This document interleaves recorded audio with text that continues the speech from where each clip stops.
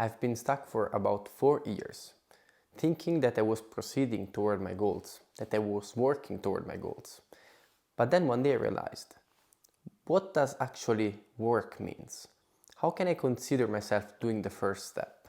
Because yes, also if I was proceeding in a direction, and that's already really good and I'm really proud of that, but I wasn't actually putting in the work.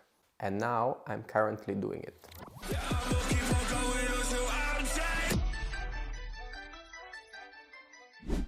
This is a really difficult topic to talk about, and if I would have to do a video, a single one about it, it would take at least 45 minutes. But considering that I'm still working on myself, on my skills in front of a camera, I decided to talk about the first thing that brought me into this journey and allowed me to start, to finally take actions. So welcome back to my YouTube channel. I'm Khalil Santarelli and my dream is to become a life coach when I'm gonna be 40 years old. In order to do that, I have to start to work on it right now, right here. So, as I said in one of my last YouTube video, I moved recently here in Germany from Switzerland. And when I decided to move here, I set myself a challenge. So, it has been proven from a lot of different studies that in order to change in the most effective way your habits, you need, or at least it's suggested, that you change the environment around you. This is really important because our human brain is really strong and we connect the things that we do with the environment that surrounds us. And so I know that you're used to do certain things, and this is also because of the ambient that surrounds you. Of course, if then you move to another place and you connect the same habit to the new place, you're gonna be in the same position. But to go into the point of this video, when I came here in Germany, I set myself the challenge to read as many books as possible, but with a big difference. I set a deadline. I said for the next 6 months, I'm gonna read as much as I can. And why I did that? I did that because it's really easy to fall into this kind of self-development world and just use it as entertainment, thinking that you're actually working towards something when in the reality you are doing nothing for your future self. Because yes, theory, it's really nice, information as well, but without the practice, you don't have the right fundamentals, the right basis in order to build something with the knowledge that you have. A lot of salespeople say that you can read all the books about sales that you want, but you're gonna learn more from your first interview, sale work, whatever it is, with a client compared to reading all the best books in the world. But if you do in the opposite way, so you start with the practice and then you add the informations, it's gonna be really convenient and you're gonna find yourself solving a lot of problems that you wouldn't even imagine just reading about it. In this video, I'm gonna talk about the 3 books that allowed me to finally start to actually work toward my goals. But first, let's give you some background information. When I was living in Switzerland, I struggled a lot. I was trying to read books because I really wanted to do it. But I was struggling because I was falling asleep, I was not able to focus, and you have to also consider that I'm speaking in English, but my mother tongue is Italian, and I always read in English in order to, first of all, perceive the right message from the books.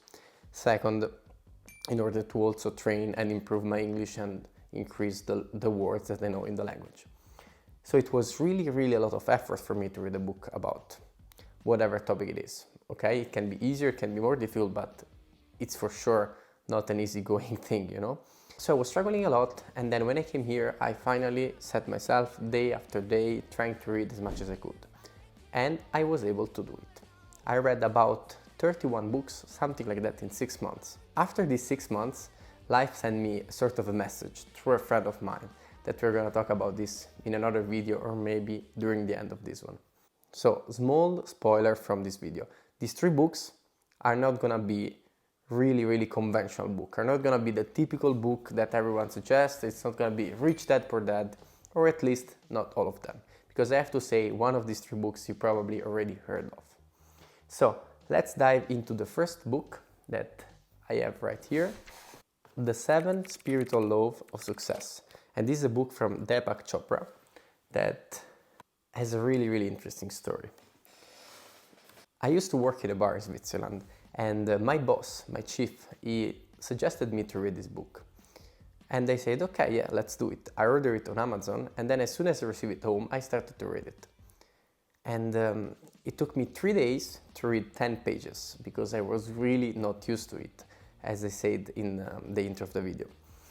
And this book, it's not really my kind of book, you know, it's a little bit spiritual, and I'm really practical in these kind of things. I don't like too much it's not that I don't like. I'm not at the point yet that I'm into meditation, into all this kind of karma kind of thing. Because I also believe that a lot of good people do a lot of good things, and sometimes life it's not really nice with them. But I have to say that about this topic, my point of view changed and switched a lot in the last 6 months. But this is not the topic of this video. So to dive into the book that I'm pretty sure that most of you never heard of. This book has, as the title say, 7 different laws. And some of them talks about connecting with yourself, shutting down your inner dialogue a little bit, you know, all these thoughts that you constantly have in your mind, living in the present, and being, you know, it talks also a little bit about karma, about doing good for other people and stuff like that. But there was one rule, one law that really changed completely my life. And it was a series of coincidences that really made me shocked. So the last of the 7 rules, it's called Dharma's rule, you know? And Dharma, for me, it's really, I know this word from the TV series called Lost. Lost, it's one of my favorite TV series, and it's from 2006, if I'm not wrong. It talks about the battle between religion and rationality. Let's say like this, plus minus. In this TV series, there is a project Dharma. Is it called like this? And that was the first signal that I was like, oh, what's wrong with this rule? I know this word, where it comes from, and I reconnected with Lost, so I already had a good feeling for this last chapter. Then the second funny part about this is that the chapter starts with a quote from Khalil Gibran. Khalil Gibran, as you probably recognize, has my same name because my family decided to give me this name exactly for Khalil Gibran from the book The Prophet. And it talks about finding your purpose in life, doing what you love. In my opinion, this is something that in the last year it's going a little bit lost because everyone is chasing money. They are forgetting that you can also reach a good amount of money without passion and stuff like that. But usually, you know, it's not easy to get up every single day working to something, also if you don't like it at all. Of course, there are people doing it, some people can, some people don't want to. I personally think that must be sort of a balance. You must enjoy at least something from what you're doing. For example, a lot of entrepreneurs, they like the risk about the work. They like the fact that every single action, the outcome depends on their actions. And this is also what stimulates me about the job, you know. So when they say, I don't like this kind of job, yeah, you may not like exactly the task that you're talking about, or maybe the field that you are working in. But overall, if you like being an entrepreneur, I think you could be an entrepreneur about whatever it is, but you like the topic of business. And this is also, in my opinion, a passion. So in this book, it says basically that your purpose in life is connected to the thing that you lose track of time doing it. And as I said before, businessmen probably, meanwhile they're doing business, they lose the track of time as well. So this is what I was talking about. In my personal opinion, you can find this thing in your past. When you were children, you already knew what you wanted to do. It's just that growing up, you always fall into this framework that you need to find a job, you need money, and it's actually how it works. So like this, you kind of forget what you really want and what you're good at and what would be your dream, you know. All children dreams about going into space or whatever it is. And then with the time they become more realistic because people criticize them, and also the family, they say you have to find a job and stuff like that. So one of the main points from Dharma's law is actually if money would be no objection and you would have all the time in the world, what would you do? And how would you serve the world? So yeah, this is basically the topic of this book, and this is at least my personal takeout from the book that switched a little bit my perception of what I was doing. In fact, I really enjoy what I'm doing. I enjoy helping people. I really feel, I always call myself an egoist altruist, you know, because I find pleasure in helping other people. So in a certain sense, also if it's kind of funny, it's that considering that I want to feel good, I help others in order to feel better also for myself. So it's kind of tricky argument that it's not important now. So let's go to the next book. So the next book that I'm going to talk about, it's actually the main one of the whole video. So after this part of the video, feel free to skip the ending one if you don't like to quit things. But jokes aside, this book completely changed my life. I started to read this book meanwhile I was still in Switzerland. So the book that I'm talking about, it's Laws of Human Nature from the writer Robert Greene, the same that wrote also the 48 Laws of Power, Mastery, Laws of Seduction, or whatever it is. So these books are like, in my opinion, the basics about human psychology, patterns, attitude. It really helps to understand a little bit yourself, other people, and what's your role in society. Of course, I cannot summarize 600 pages in few words. The first time that I tried to read this book, that it's pretty heavy because it's really huge. It's 600 pages. Let me show you. So, as you can see, it's pretty big. It looks kind of like the Bible, you know? So, the first time that I was reading this book, I found myself into the book. What I mean saying that, you know? It was talking about all these kind of different people, you know? And one of these person was actually me. What I was reading, I didn't really like it. But then I stopped one moment and it was not easy to admit to myself that the book was talking about the personality that I have, you know. So I stopped a moment, I went to a friend of mine, I gave him the book, he read this page, he looked at me and he says to me, "Oh, that's you." In this moment I got really scared. I stopped reading the book and I took like a break from it for something like 1 year. And after reading like 10 or 15 books, I decided to take it back and try to read it again. And I have to say, it really helped me. In this period, I was having a really difficult and tough moment with my girlfriend, because for the people that watched the Germany video, the why I moved here with my girlfriend, for my girlfriend. That's not the only reason, but it's one of the main input. And I really had a really bad moment with her, but it was not because of her. It was because I was downloading all the things that were going wrong in my life as if they would be the fault of someone else, in that case, her. And in the book, it actually talks also about that. The fact that men, usually, when they succeed, they take the credit for it. And when they fail, they give the fault to others, you know. "Oh, it's your fault, it's the fault for my family, it's the fault from society." And for women, it actually happened the opposite. Of course, it's not black and white, it depends on shades of gray. And this is a huge book. It's divided in 5 chapters. It talks about the basic to understand the pattern and the different kind of personality. It walks you through the understanding of yourself and all the kind of different people.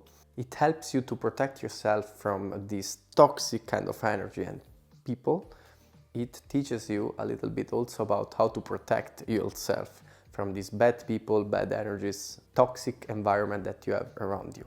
It also talks about manipulation, and in my personal opinion, this is a really bad word used in 2024, but in reality, it's because it's one of these trend topics that capture attention, you know. Because 48 Laws of Power, for example, it's one of the best-selling book, sold a lot of copies, and this is mainly because people dream about learning how to manipulate people, but this is not actually how it works. But this book helps you also to understand the negative patterns that you have and how to manage them.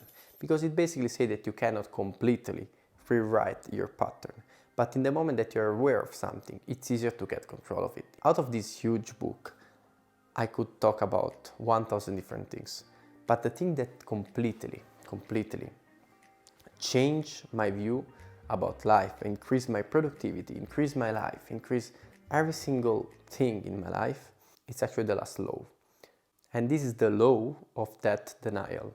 It talks about the fact that we are always afraid to realize and think about the fact that we are gonna die. And we always ignore this argument because we think that we should get sad about it. We should be sad about the fact that we're gonna die, also if it's a completely natural thing that everyone one day it's going to experience. This is one of the only things that we are really sure about. In the start of the chapter, it talks about a story, because it's really typical from American writer to do such a thing. And it talks about this girl that has a sickness. She was told that she would have died in, let's say, a few months. And she started to experience life in a different way, because she also felt this kind of timer above her head, you know. And she started to have a lot of energy. She started to connect with people, not being afraid of what would be the consequences. It's pretty much what would happen to every single person if they was been told that they would die soon, you know. And in the book, after it talks about this story, it shows you that in a certain sense we all have this timer here. We just don't know the number, because it happens a lot of times. It happened multiple times that a 16-year-old guy, 25-year-old guy, 35-year-old guy, also maybe into sport, completely fit, had an heart disease or whatever it is, and they happen to die out of nowhere. So in the end, if you think about it, you could finish to watch this video and maybe afterwards you're gonna die. It's kind of sad, yeah, I know. Part of the reality, you know? And now we're making fun about it, but you may not wake up tomorrow. And that's the same for me. If you would die tomorrow, would you actually be proud about how you spent your time, the life that you have right now? After reading that, you know, it still happened to me sometimes that I'm lazy. But if before, out of 10 times, 5 times I was lazy, now the thing after reading this book completely changed. Now, out of 10 times, let's say that 9 times I'm productive and 1 time I'm lazy. Because these other 4 times that before I was lazy and now I'm not, I remind myself that in the end, we are here on this world in order to do something. I'm not telling you that you have to chase money, to chase business, to help people. I'm not telling you that. I'm telling you that in the end, you have to do something with your life. What? You're gonna decide.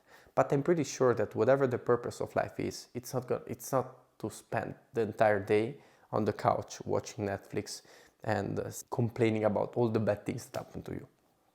So if you're an artist, follow art. If you're an athlete, train as much as you can. If you are really romantic, go to this girl and tell her that you love her. Do whatever you feel to, but do something with your life, because no one is gonna give you the time to you back. So yeah. And now the time has finally come. The last book.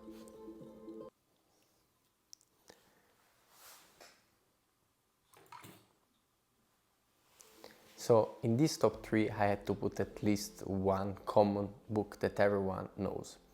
And this book, it's really controversial. A lot of people talk bad about it, because in my opinion, the main reason is that the line between genius and crazy, it's really, really fine. If you think about it, all the people that we consider geniuses, in the first moment, they were considered crazy. This book has been wrote in 1937, if I'm not wrong, so it has almost 100 years. In fact, it's a little bit slow, it's not an easy reading, and it's a little bit spiritual as well. So I also it's kind of fun that 2 books out of 3 in my top 3 are not my kind of books, but this is probably the point. The point is that going out of your comfort zone helps, and also about reading. If you read just things that you're comfortable at, the amount of things that you're gonna learn, it's less, of course, in my opinion. So if you read something that is completely opposite of you, you may have more inputs, more information, and you may change a little bit your point of view about it. The book that I'm talking about, it's Think and Grow Rich from Napoleon Hill. I already hear from home, you just stopped the video, you skipped it, or you're telling, yeah, of course, what is he talking about? But let's introduce who Napoleon Hill is, in few words, of course. Napoleon Hill was one of the first people to create the self-development word, and he was really known self-development word as a life coach, whatever it is. I have to say, the book, it talks about goal setting, being precise with your future, visualize your future, that nothing can be created, nothing can be destroyed, but everything transforms. So it talks also about the fact that information, thoughts, they just don't die there where they are. They are on specific frequencies that you can perceive. So when you have an intuition, it's not actually coming out of nowhere. He says that it comes from the mind of other people, kind of, to make it really, really simple. The funniest thing, and actually the one that inspired me the most in this book, was when he talked about the imaginary meeting that he had in his mind before going to sleep. Because everyone talks about visualizing, everyone talks about mentors, everyone talks about reading, but this guy was completely another level. He studied the biography of his biggest idols. Before going to sleep, he visualized himself on a table, talking with all of them, asking them tips about his personal life, and this character had also a personality. For example, there was one always late, that also in real life he was always late. And what I think that it's fun is that Patrick Bet-David, that it's one YouTuber, one entrepreneur, he wrote at least 2 books that I know, so Your Next 5 Moves and Choose Your Enemies Wisely. He also has a similar kind of thing. In his office he has a picture with all his idols, and sometimes he sit there, look at the picture and think about the problems, solutions, stuff like that. In my opinion, this is a really game changer thing. In my personal opinion, we all know what we should do. You know, when we have a problem, we exactly know the solution. The problem is that sometimes, most of the time, it's really uncomfortable for us to take the step toward this direction. And you can visualize talking like with your future self, talking with whoever you want, so your mentor. But in the end, in my personal opinion, I repeat it one more time, we know all the answers. So for some people, you just need to find a way to make it simpler for you, to accept the things that you have to do in order to actually improve your current situation. And Napoleon Hill was doing it in this way. He was sitting on the bed, closing his eyes, visualizing all his mentors, and at the same time asking them for tips.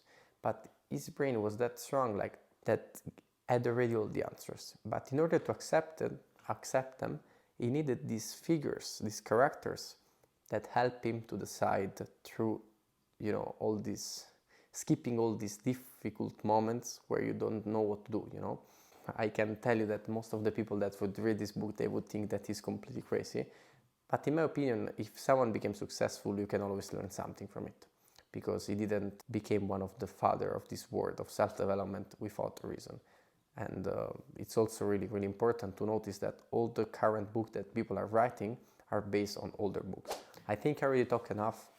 I think this was one of my longest videos of the channel, and I have to say the reason is that it was actually a game changer. Not because of the reading, because in my opinion, not everyone can read, not everyone can actually perceive value from reading, not everyone can improve their life reading, because there are a lot of people that read a lot, but they never change anything. So the real problem is how to take action. I really thank you for your time. I'm really grateful that you spend this time with me. I hope that after this video you are gonna read one of these 3 books, and in case you do, let me know down in the comment or write me a message on Instagram. Or even more, I really hope that after this video you're gonna appreciate the time that you have, you're gonna spend it in the best way possible, and you're gonna start to take action toward one direction. So remember, stay a player.